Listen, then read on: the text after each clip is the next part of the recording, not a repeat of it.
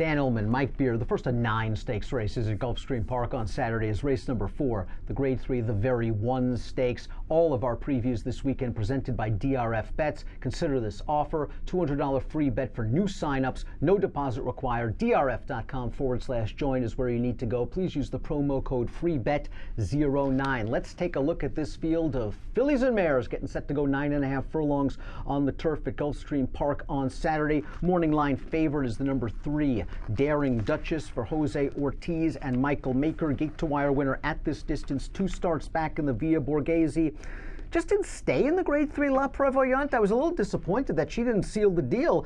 I know texting's a Chad Brown training, but it's texting at the end of the day. Yeah, I agree with that. I was a little disappointed she didn't hold on last time either. I get why she's a short price on the morning line, and maybe she's just going to, get the right trip in this race, and it'll make a huge difference. But boy, I wouldn't go too short. An 8-5, that feels a little bit light to me. Even when you start looking at the figures, and she's got some figures on her page, I think 8-5 is a little light. She's got speed. I would expect her to go to the front. This is why you handicap the Timeform US pace projector as we take a look at the pace projector for this race. The number 3 we expect, I think, to make the lead, but Timeform US has Holy Helena, the number 4, out there on the front as she stretches out off of a mile race. This horse obviously has ability. She swept through the Woodbine Oaks and the Queen's Plate, beaten favorite in the Alabama on dirt. Last time out, she overcame a slow pace to win. There's talent here. What do you think about the distance? It wasn't a factor in the Queen's Plate. Yeah. She's a major player in here. Yeah, you're not supposed to worry about the distance with her. She won the Queen's Plate at 1.25 miles last year. I'd be willing to bet just about anything that she's not cutting the pace in this race. The pace projector has her in the lead. I don't think there's any way she's on the front in here, but she's going to get a good trip right up close to pace, because that's what she does. She'll sort of take that position, sort of tracking in behind the leaders. That's the trip she got last time. Once she got clear, she really finished in there, because you point out the pace wasn't fast. She had to run through the stretch, but she did it, and she ran that field down. She's won on all 3 surfaces, so you don't have to worry about that. She's a dangerous horse in here. Somersault to number 6, you see last on the pace projector. That's probably how she's going to run. She's 5-2 on the morning line. This is a mare with a lot of ability. There's no doubt about it. And she ran really well at Gulfstream Park in early 2017. She could easily win this race. I just see her find trouble, it seems, in every race. Paco Lopez, a couple of her other jockeys, they're just intent on getting her covered up inside, and when it's go time, there's nowhere to go. I kind of like this rider switch to Javier. I want to see her make a move on the turn with an outside sweep and sustain. I think she's good enough to do it. I think she is too. I didn't care for the trip that she got last time in that race. I don't think it really worked out that well for her. That's the real problem with her, though, is it just feels like you can go through all of her races. It was almost shocking to see her win 3 times in a row down here last year, because it never happens for her.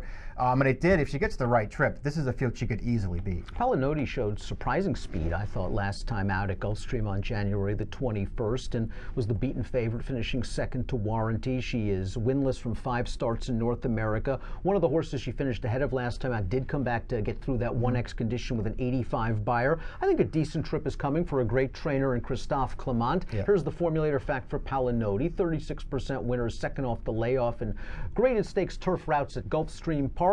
I think a good trip is coming. I'm not worried too much about the distance. Is she good enough? Yeah, that's the real question. Is she good enough? Going all the way back to her stateside debut at the end of 2016, I actually thought she ran great in the Long Island. There was a real rated pace in that race, and she was last. She actually made up a lot of ground in that race, and I just felt like maybe there was a chance she was going to be pretty good. For whatever reason, it hasn't happened for Clement. I liked the change of tactics last time, put her into the race a little bit more, see what happens. I was pretty disappointed that she didn't win. She got to the lead in the stretch. Warranty, I don't know, that's another Chad Brown horse, but she's not very good, and she outfinished this horse. It makes me, I wanted to like her, Dan, and I couldn't talk myself into her. Empress of the Nile, the 5, goes out for H.J. Bond. Here is the formulator fact over the past 4 years. Last out winning turf routers off a moderate size layoff. Good numbers, 23% to 358 ROI.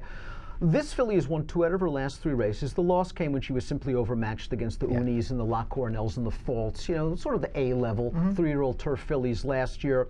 She earned good figs in both of her wins, sandwiching that race, both at 1 mile and 3/16. I liked the way she won both, but I will readily admit she didn't beat much. She didn't. She's going to have to prove it against better horses now, but I'm not going to be surprised if she can step up and handle it. What I like most about her is, obviously, you don't have to worry that much about distance. She's she's got a real handy running style. Yeah. I mean, when they put her into the race, you don't even have to put her in the race. She'll put herself into the race, and then she will finish. And I love the way she takes races over around the turn in her races. You know, she has to step up in here. I don't think it's the strongest field in the world, though, Dan. I didn't put her on top, but I put her second, and I'm definitely using her in this race. We love Mike Maker. We think he's a fantastic trainer. He's got a sharp filly in She's a Prado, who's won 2 out of her last 3 races. But if She's a Prado wins this, we're not worthy, because this is just an unbelievable rise in class from the 16s at Gulfstream to a graded stake. I was shocked when I saw her entered in this race. We'll see what happens. Let's take a look at our top picks for the Grade 3, the very one at 1 mile 3/16. Let's talk about Wested. Now, this horse, we know where she's going to be early. She's likely going to be near the back of the pack. This is probably going to be the last race of her career, and she's on a bit of a losing streak. I thought she ran well last time out in the Swanee River. She had to angle down towards the inside late, a little bit of traffic trouble. She was running late in that race. It's all about trip for her, as far as I can tell. I mean, she hasn't won a race since she's gotten over here. She's only won for 16 lifetime, and she's actually a maiden on the grass in a graded stakes race.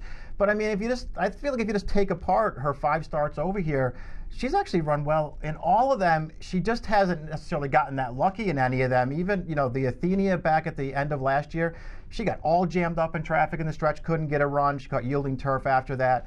The Tropical Park Oaks, I thought she ran great closing down the outside. I thought she ran every bit as well as Dream a While did, and I have high hopes for Dream a While. I think she's pretty good.